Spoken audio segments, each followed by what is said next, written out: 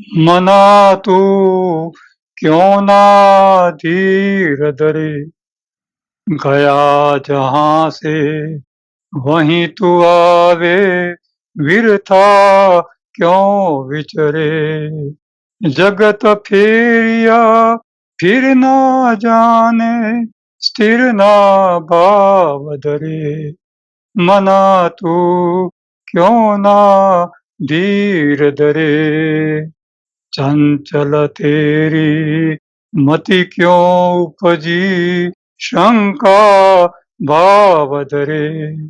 हरि में तू विश्वास जगावे, फिर ना आप मरे। मना तू क्यों ना धीर धरे, हरि कीर्तन में अलख जगावे, अमृत पान धरे। जगत जाल में फंसना तू मत, आपा राह करे। मना तू क्यों ना धीर धरे, संतन के संग सुखिया जीवा, तू मत चिंत करे। सदानंद तुम हरि गुण गाओ, जगती आपतरे। मना तू क्यों ना धीर धरे, मना तू क्यों ना धीर धरे। मन बेटा चंचल स्वभाव वाला है। भक्त अपने ही मन को कहता है, हे मन, धैर्य क्यों धारण नहीं करता, तेरी इतनी चंचलता क्यों है। तू जहां से आया, जन्म लेकर आया, वहीं तुझे वापस जाना है। तू व्यर्थ ही संसार में घूमने के लिए आया है। संसार फेरिया है, आता है और जाता है, स्थिर कभी एक जगह टिक कर नहीं रहता। तेरी मति इतनी चंचल क्यों है, तू इतने शंका भाव क्यों धारण करता है, परमात्मा में विश्वास क्यों नहीं करता, तू कीर्तन करके अलख क्यों नहीं जगाता, अमृत पान क्यों नहीं करता, जगत जाल में क्यों फंसा हुआ है, अपना रास्ता क्यों नहीं नापता, संतों के संग सेवा करके चिंतन मनन क्यों नहीं करता, हरि गुण क्यों नहीं गाता, संसार से तेर क्यों नहीं जाता। हे अनंत पद के राही, दिव्य ज्योत जलाओ, अगम निगम यह रास्ता है, अजाना रास्ता है। सदगुरु आपको शांत बताएंगे, शांति, सुख और आनंद जगाएंगे। हे अनंत के राही, अपनी ज्योत जलाओ, अपने रास्ते में ज्योति जलाओ। यह भक्त का मार्ग है, भक्ति का मार्ग है, अलख का मार्ग है। उसे समझो, उसमें आगे बढ़ो।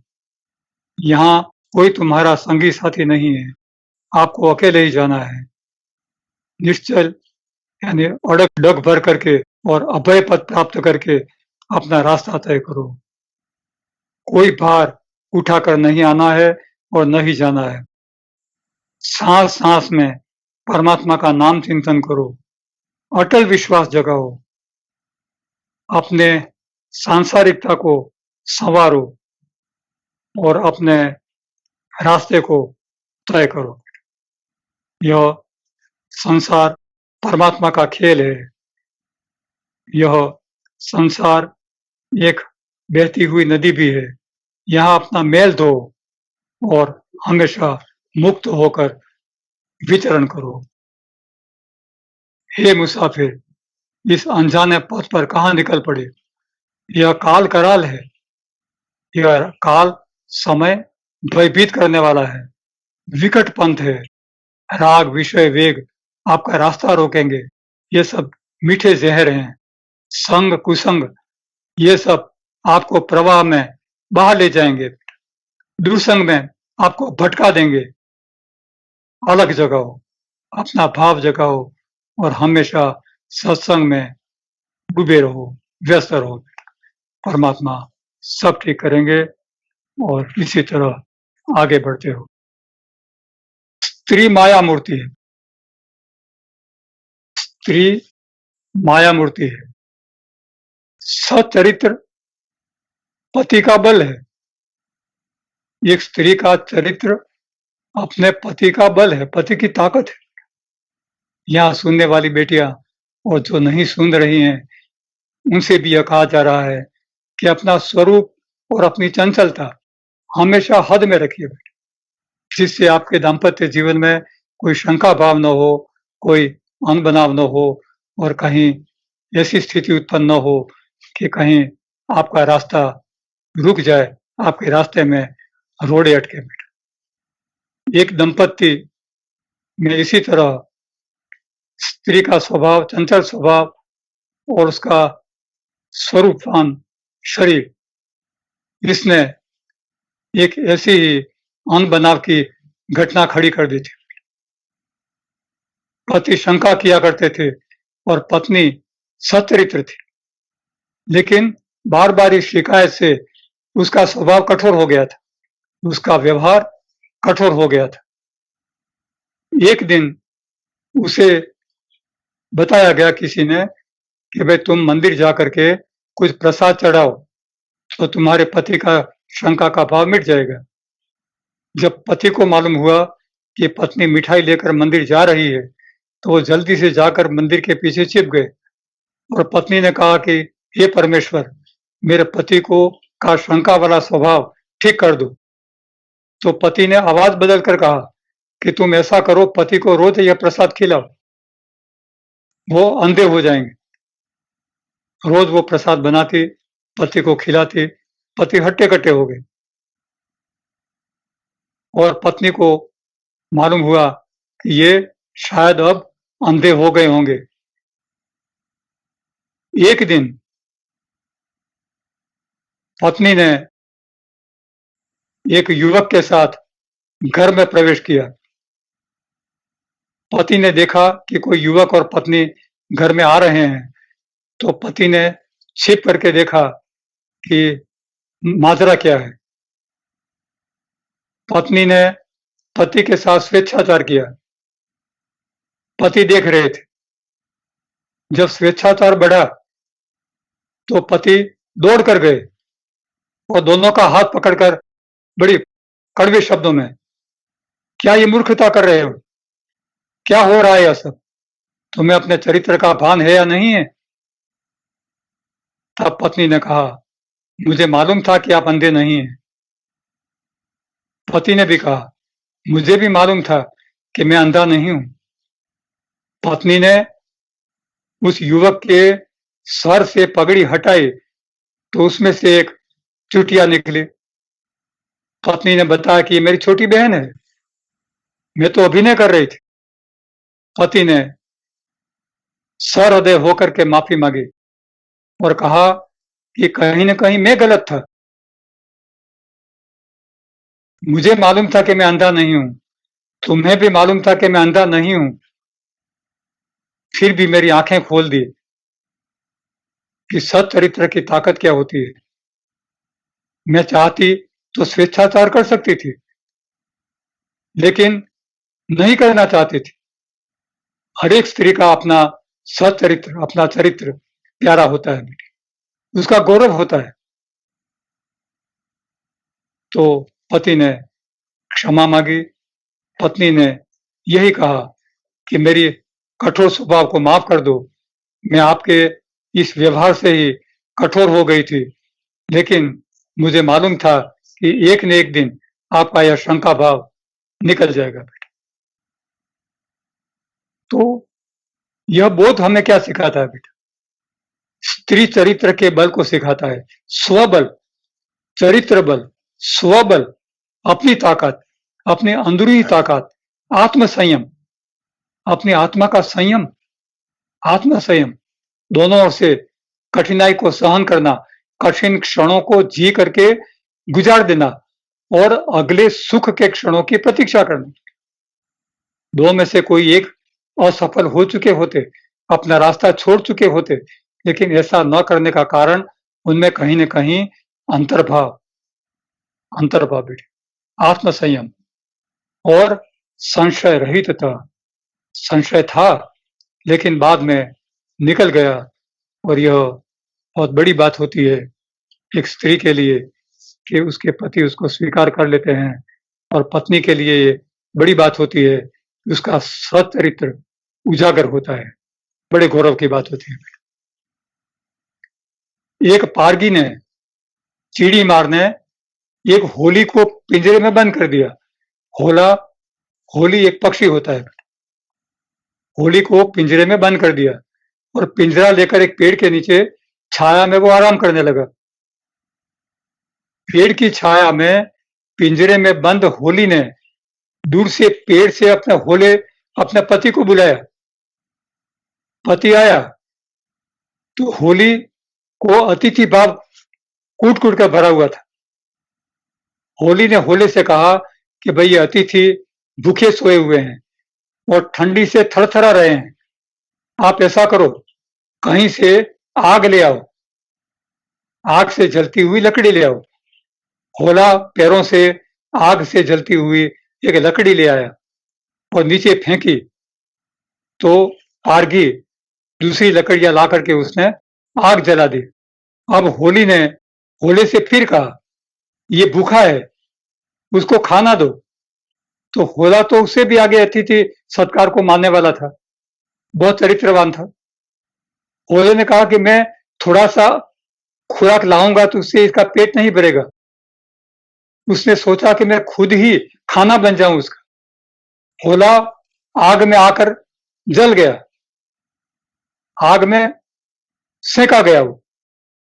जब पारगी ने देखा, अरे यह तो खुद मेरा खाना बन गया है, कितना चरित्रवान है, कितना अतिथि भाव इसमें कूट कूट कर भरा हुआ है, भाग्यशाली हूं मैं। ऐसे होले का अतिथि बनकर मैं भाग्यशाली हूं।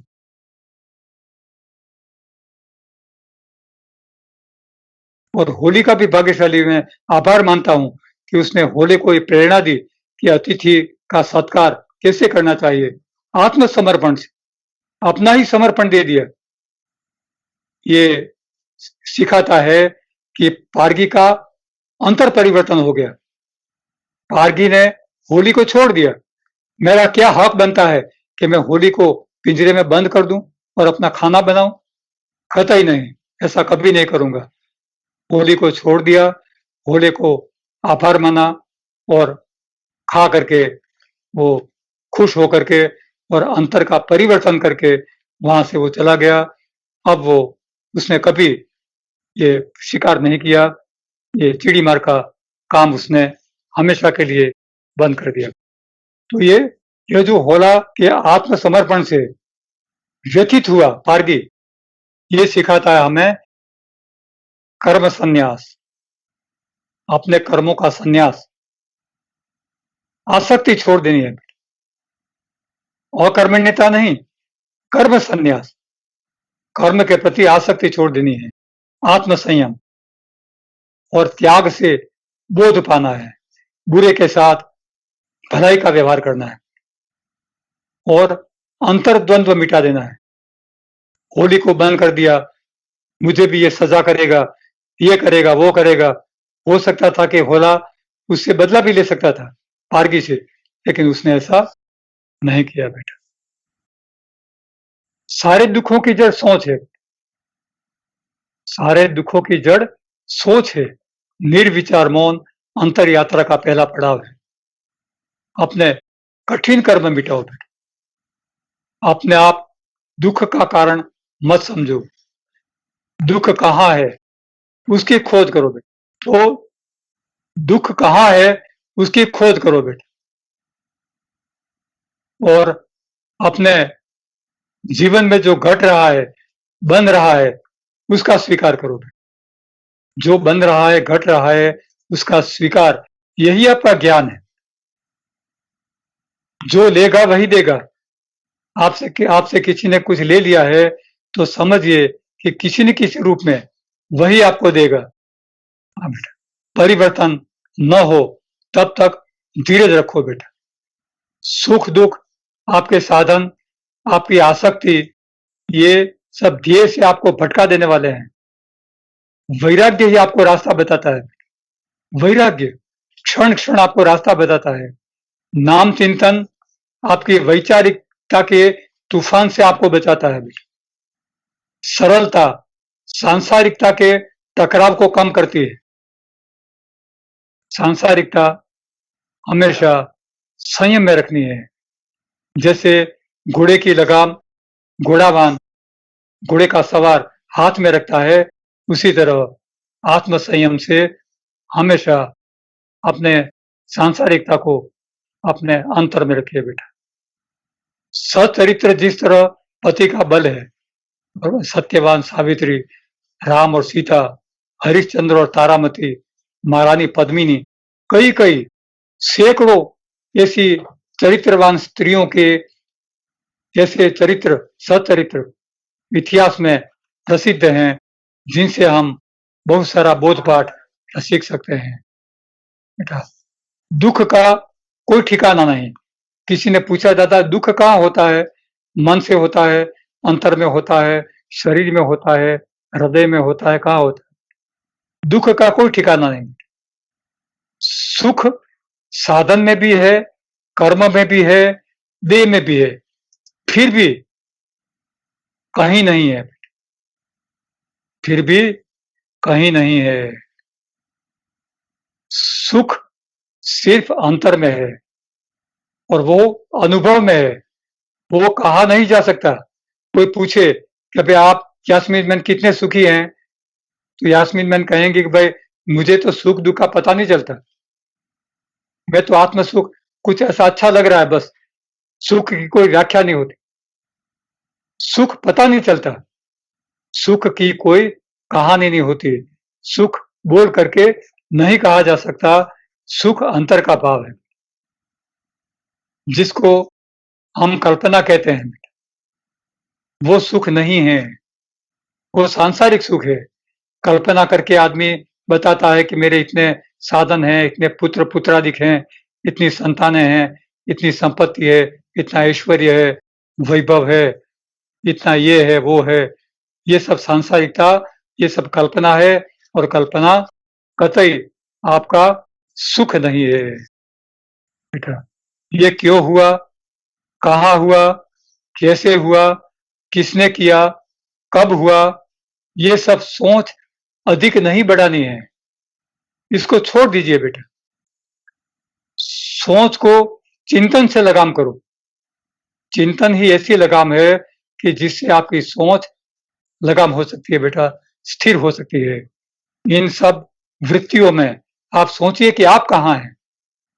सारी सोच में आप कहाँ हैं, ये बार बार सोचिए बेटा। आप अपनी सोच में हैं तो संसार के साथ हैं, अंतर के साथ हैं, तो समझिए कि आप निरपेक्ष और तटस्थ हैं। निरपेक्ष यानी कोई अपेक्षा नहीं, इधर भी नहीं उधर भी नहीं, तटस्थ, इधर भी नहीं उधर भी नहीं।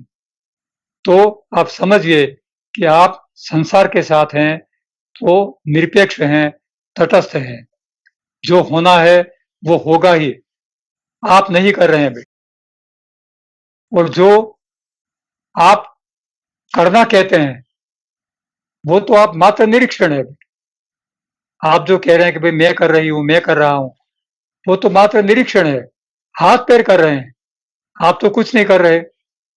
तो हाथ पैर जो करते हैं उसका आप सिर्फ निरीक्षण करिए, उसमें काम करने मत लग जाइए, नहीं तो आप थक जाएंगे और हाथ पैर खाली बैठे रहेंगे।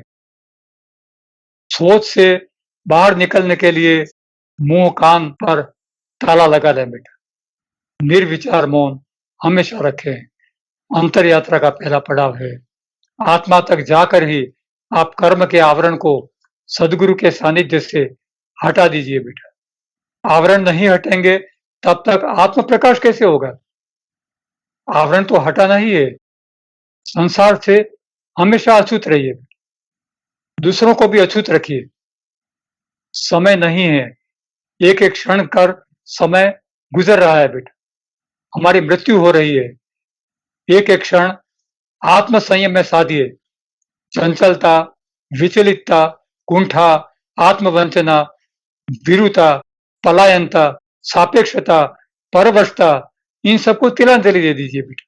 ये हमारी मृत्यु है, ये हमें मारने वाली संज्ञा है बेटा। पुण्योदय होने पर ये सब अंधकार अपने आप चले जाएंगे बेटा। जब आपका पुण्योदय हो जाएगा तब ये सब अंधकार हैं, ये अपने आप चले जाएंगे। जगत भर का जंजाल सर पर उठाकर नहीं घूमना है बेटा। जगत भर का जंजाल क्यों उठाएं सर पर? उठाने वाला तो हमें भी उठा लेता है, तो हम क्यों उठाएं किसी भार को? ये हमारा बड़प्पन है बेटा। पीड़ा को सहलाना नहीं है, उसे भगाना है।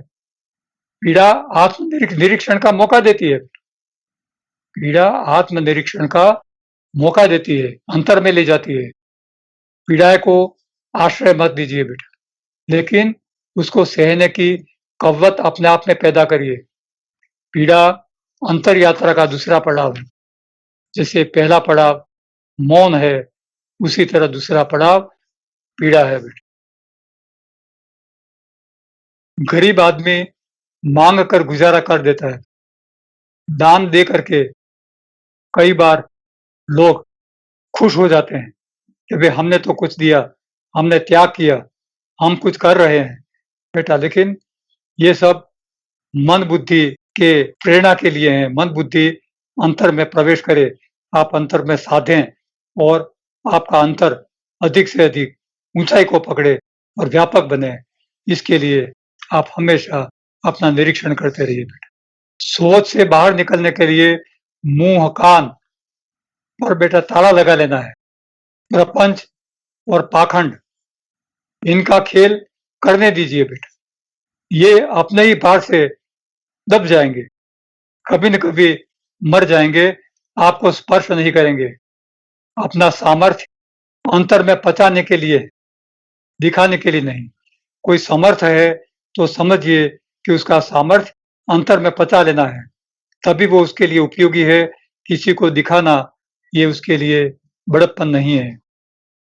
हंसने से पीड़ा पर पर्दा तो गिर जाता है, लेकिन आत्मानंद अनुभव नहीं होता। आत्मा का अनुभव तो तब होता है जब बाहरी सारी वृत्तियां लुप्त हो जाएं। मन चाहे कितना भी सांसारिक भार उठा ले, स्वांग करे, लेकिन अंत में तो थक हार करके परमात्मा का आधिपत्य ही उसको स्वीकार करना पड़ता है बेटा। परमात्मा को ही सौंपना पड़ता है। जागने तक आपकी वृत्तियां लुप्त हो चुकी होंगी, आप अवाचक हो चुके होंगे, सारा बोल अबोल हो चुका होगा, आपका सारा सुनना अनसुना हो चुका होगा और आपका कर्ता भाव अकर्ता बन चुका होगा। उस पर से सारे पर्दे पड़ गए होंगे और आसक्ति मिट गई होगी। तब समझिए कि बेटा आप सांसारिक नहीं रहे, आप संसार से बहुत ऊपर अध्यात्म में प्रवेश कर गए हैं। बिना मिटाए भी जो मिटा हुआ है वह शरीर है बेटा, और मिटाने पर भी जो नहीं मिटता वो आत्मा है। और प्रयत्न करके जिसे मारना पड़ता है वो मन है। सहज बात कहने पर भी जो चिढ़ जाता है वह असहिष्णु है, उसमें सहन शक्ति नहीं है बेटा, वह ज्ञान प्राप्त नहीं कर सकता। मृत्यु निकट खड़ी है तो उससे कहो कि वो जल्दी आ जाए, दूर खड़ी है तो उससे कहो कि मैं ही आ रहा हूं। तुम्हें जीतने के लिए मृत्यु जीत, काल जीत और अजर अमर और अमर्त्य बनना पड़ता है बेटा। हर एक प्रश्न का जवाब अंतर में खोजिए, प्रश्न मत करिए। आत्म खोज, आत्मानुसंधान, समाधान ये आपके मन के स्वभाव हैं, मन की प्रकृति है। उसको हमेशा बेटा साधिए, हमेशा उसको साधिए। अक्षरा सुनिए, पेज नंबर 106। परमात्मा की गंग से बहे अमृत का स्रोत, देह भाव को छोड़कर दिव्य प्रकाश पोत। परमात्मा गंगा स्वरूप है बेटा। जिस तरह गंगा नदी को हम पवित्र मानते हैं, वो पवित्र नदी जैसे संसार में बहती है और हमें पवित्र करती है, उसी तरह परमात्मा हमारे अंतर में बहता है और अंतर की गंगा का उसका गंगा जल परमात्मा हमें पवित्र बनाता है। तब जबकि उसके अमृत वर्षा को, उसके अमृत के बहाव को हम समझें और उसका स्वीकार करें। देह भाव को छोड़कर हम दिव्यात्मा, दिव्य प्रकाश को ग्रहण करें। सदगुरु रमणानंद तो बरसे अंधराधार, संगत में तू पावहीं दिव्य अलख अपार। सदगुरु परम आनंद में रमण करते हैं और निराधार अमृत की बरसात करते हैं। सदगुरु संसार को बुलाते हैं कि तुम संगत में आ जाओ, दिव्य अलख प्राप्त करो, तुम क्यों दूर दूर घूमते हो। जैसी सेवा जो करे वैसा ही हरि होए। संसार जिस भाव से सेवा करता है सदगुरु की, सदगुरु वैसा ही भाव संसार को देते हैं और अपना परिचय भी वैसा ही देते हैं जैसा संसार को उसके प्रति भाव है। नाम रूप अनेक हैं, एक ही बैठा होए। परमात्मा को हम अनेक रूप से जानते हैं, अनेक नाम से जानते हैं, वो तो अनामी है और एक ही स्वरूप में हमारे अंतर में विराजमान है। भक्ति में अतृप्त तू कभी न भरी है पेट, कृपा हो ये सदगुरु हरि धरे अमोलक भेंट। भक्ति में कभी भी तृप्त नहीं होना है बेटा, अतृप्ति, अतृप्ति अधिक से अधिक भक्ति भाव में ले जाती है बेटा, और वो उससे हमें कभी पेट नहीं भरता। और अधिक भक्ति करें, और अधिक भक्ति करें, भक्ति से हम स्नान करें, भक्ति से हमारे मन को सराबोर कर दें, उसको हमेशा भावाभिभूत करें। कृपा सदगुरु की हमेशा आप पर बरस रही है और यह उसकी हम पर अमूल्य भेंट है। भक्त हरि के बीच में धरे न पर्दा कोई, भक्त और परमात्मा के बीच में कोई पर्दा नहीं होता बेटा, कोई सीढ़ी नहीं होती, वो एक ही है। भक्त यदि अनन्य भाव से परमात्मा को भजता है तो भक्त परमात्मा को कम ही समय में प्राप्त कर सकता है बेटा। उतरे जो आवरण सभी तू ही हरि का होए, सारे आवरण आत्मा से निकल जाएं तो ये भक्त तू ही परमात्मा है। सुख का पान किया करे, दुख ना सेवे कोय, सुख अतृप्ति दुख है, तृप्त भय सुख होए। सुख का पान, सुख हमें पीते रहना चाहिए, अंतर सुख बेटा, बाहर का सुख नहीं, साधन सुख नहीं। दुख ना सेवे कोई, हे मित्रों, दुख न कोई हुआ है न होगा, सिर्फ कल्पना है। कभी भी कोई काल्पनिक दुख आप सहन मत करिए। सुख अतृप्त दुख है, सुख अतृप्त है बेटा, सुख से कभी किसी का पेट नहीं भरा और इससे दुख ही उत्पन्न होता है। तृप्त भय सुख हो, और यदि सुख में कोई तृप्त हो जाता है तो समझिए वो सुख है और वो अतृप्त ही रहता है तो वो महादुख है। अज्ञानी ना समझ हैं अनंत ज्ञान का माप, दिव्य ज्ञान अनुभव करे होवे वह हरि आप। अज्ञानी कोई है नहीं बेटा, सब में परमात्मा बैठा है, तो हर एक जीव ज्ञानी ही है। लेकिन समझने के लिए जिसने ज्ञान प्राप्त नहीं किया उसको हम अज्ञानी कहेंगे, अंधकार कहेंगे बेटा। तो अज्ञानी यह नहीं समझते कि परमात्मा में ही अनंत ज्ञान छिपा हुआ है। इसी दिव्य ज्ञान को हमें अनुभव करना है तो हम ही परमात्मा को वर्ण कर लेंगे, परमात्मा स्वरूप बन जाएंगे बेटा। ऊंचा उत्तम तू कहे, ना जाने जग तोए।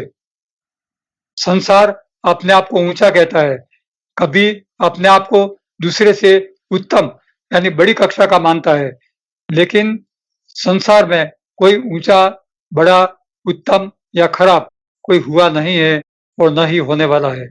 तू ही ऊंचा तुझ से, हे भक्त, तू ही अपने आप से ऊंचा है और न ऊंचा कोई। तुझसे ऊंचा आज तक जगत में कोई बना नहीं है।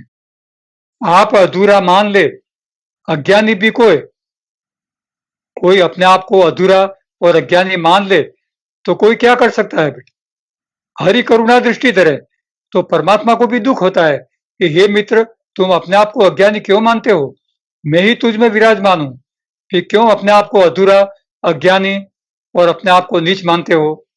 अज्ञानी कोई आज तक संसार में पैदा नहीं हुआ।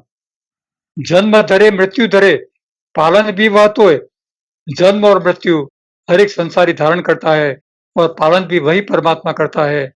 किसकी चिंता क्यों करे? क्यों बैठा तू रोए? तू रोकर क्यों बैठा हुआ है भक्त? और तू किसकी चिंता में डूबा हुआ है? सुना बाचा सोचा किया, फिर भी न तृप्ति आप। चार दिशा दौड़ा किया, आप न बाचा आप। तुमने सुना, बोला, लिखा, सोचा, ये सब करके फिर तुम तृप्त नहीं हुए। सांसारिक हर चीज से तुम्हें तृप्ति नहीं मिली। चारे दिशाओं में कुछ न कुछ प्राप्त करने के लिए तुम बहुत दौड़े, लेकिन फिर भी तुमने अपने आप को नहीं पढ़ा। अच्छा भी कुछ है नहीं, खराब भी नहीं कोई, भला बुरा सब सोच है, आप ही उपजे तोय। कोई अच्छा नहीं, कोई बुरा नहीं, कोई बड़ा नहीं, कोई छोटा नहीं, यह सब अपने आप की उपज है। ये संसारी मित्र, तुम इसकी चिंता मत करो। करे कोई अपमान ही, मत कर तू प्रतिशोध। उसे करे तू प्रेम ही, प्रायश्चित का बोध। कोई तुम्हारा अपमान कर दे, तो भी तुम उसको प्रतिशोध मत करो, उसका बदला मत लो। तुम उसको प्रायश्चित करने का मौका दो और उससे प्रेम ही करो। शब्द खिलाड़ी तू बने, शब्द अर्थ का खेल। कोई तुझ गाली बके, दुआ समझ कर झेल। यह संसार शब्दों का खिलाड़ी और शब्दों का खेल का मैदान है बेटा। शब्दों के अर्थ से संसार टकराता है, कई तरह के अर्थ निकालता है। यही शब्द किसी को गाली बकने के काम में भी आते हैं। यही शब्द हमारे धर्म शास्त्र को कहने के लिए, अमृत वाणी के लिए भी काम लगते हैं। यही भला बुरा, प्रेम, शत्रुता के भाव को भी उजागर करते हैं। तो ये सब गलत है बेटा। ये सब शब्दों के अर्थ के खेल का मैदान है संसार, इसको छोड़ो। सुख दुख शब्द ही कह सके या फिर कर्म स्वभाव, यथार्थ जाने नाक रहे, खेल खिलाड़ी भाव। सुख दुख शब्द नहीं कह सके। कोई शब्द ने सुख बोल दिया तो वो सुख नहीं हुआ, दुख बोल दिया तो दुख नहीं हुआ। कर्म का भाव सुख दुख से उजागर नहीं होता, सिर्फ वो कहने के लिए होता है। यथार्थ जाने ना रहे। जब सुख का यथार्थ सुख में होता है, दुख का यथार्थ दुख में होता है, तब ये शब्द किसी मतलब के नहीं रहते। तब खेल खिलाड़ी का भाव उजागर होता है और शब्द और अर्थ समझ जाते हैं कि हम ही इन खेल और खिलाड़ी में समाये हुए थे, हम सब गलत थे। शब्दों का मैदान है, ना ही अन्य प्रकार। सुना सुनाया सब मरे, सोच भाव का सार। ये सब शब्दों का मैदान है बेटा। संसार शब्दों का मैदान है। छोड़ो इस संसार को, छोड़ो इन शब्दों को। ये सब प्रकार, संसारिक शब्दों के प्रकार सब गलत हैं। सब सुना सुनाया, सब तुम्हें मार देगा, तुम्हें अपने मार्ग से विचलित करेगा और नरक में डाल देगा। इसी सोच से पर हो जाओ। सोच का भाव असार है, इससे पर हो जाओ बेटा। भाव उगाड़े शब्द से, ढाके दुष्ट स्वभाव। भाव अपने शब्दों को उजागर करता है बेटा। शब्दों के सुख दुख से पर को ले जाता है। भाव ढाके दुष्ट स्वभाव। शब्द के अंदर अर्थ में कोई यदि दुष्ट भाव हो तो वो भाव उसको निकाल देता है। पामे तू सुख दुख सबे, धीरज तेरी नाव। सुख दुख सब तू अनुभव तो करेगा, लेकिन परमात्मा की तरफ तुम्हारा भाव होगा तो तुम्हें धीरज रखनी होगी। तो ये सब दुख तुम में से, तुम्हारे जीवन से बेटा सरलता से निकल जाएंगे। मार मार कर अधमुआ, करे किसी को कोई किसी को मूड मार मार करके अधमुआ कर भी दे, पता चले निर्दोष है, और जब पता चले कि इस निर्दोष को हमने मारा, ऐसा भव दुख होए, तो बेटा ऐसा ही संसार का दुख है। हम निर्दोष हैं, मन निर्दोष है, शरीर निर्दोष है। मन जानता है कि हम जिससे शत्रुता रखते हैं वो भी निर्दोष है, वो भी अपने कर्मों से बंधा हुआ है। तो हम किससे शत्रुता मोल लें? हम क्यों किसी के प्रति दुर्भाव रखें? जब यह हकीकत मालूम होती है कि हमने व्यर्थ ही शत्रुता मोल ली है, तब हम ऐसे भाव से गुजरते हैं जैसे हमने किसी निर्दोष को सजा दे दी और बाद में पता चले, अरे ये तो निर्दोष था। जैसी तेरी सोच है वैसा ही हरि होए। जैसी तेरी सोच है, सोच जैसा तुम सोचो वैसा परमात्मा होता है। हर एक की सोच समझ अलग अलग होती है बेटा। जिसकी जैसी प्रकृति होती है वैसी कल्पना से परमात्मा को समझता है। सोच सोच कर क्यों मुआ, सोच न तेरी चोंच। सोच सोच कर तुम क्यों मर रहे, कि सोच नाम की कोई चीज बनी नहीं है। सोच को खत्म करो बेटा। हरि की कृपा अनंत है, वह ना मारे कोय। आप कर्म से जग मुआ, पावे अमरा होए। हरि की परमात्मा की कृपा अनंत है। परमात्मा ऐसा कृपालु है, किसी को नहीं मारता बेटा। संसार अपने कर्म से मरता है, अपने कठिन कर्मों से दुर्गति पाता है। परमात्मा किसी को नहीं मारता। संसार उसके प्यारे बच्चे हैं, उसके लाडले बच्चे हैं, उनको क्यों मारेगा वो? आप कर्म से जग मुआ।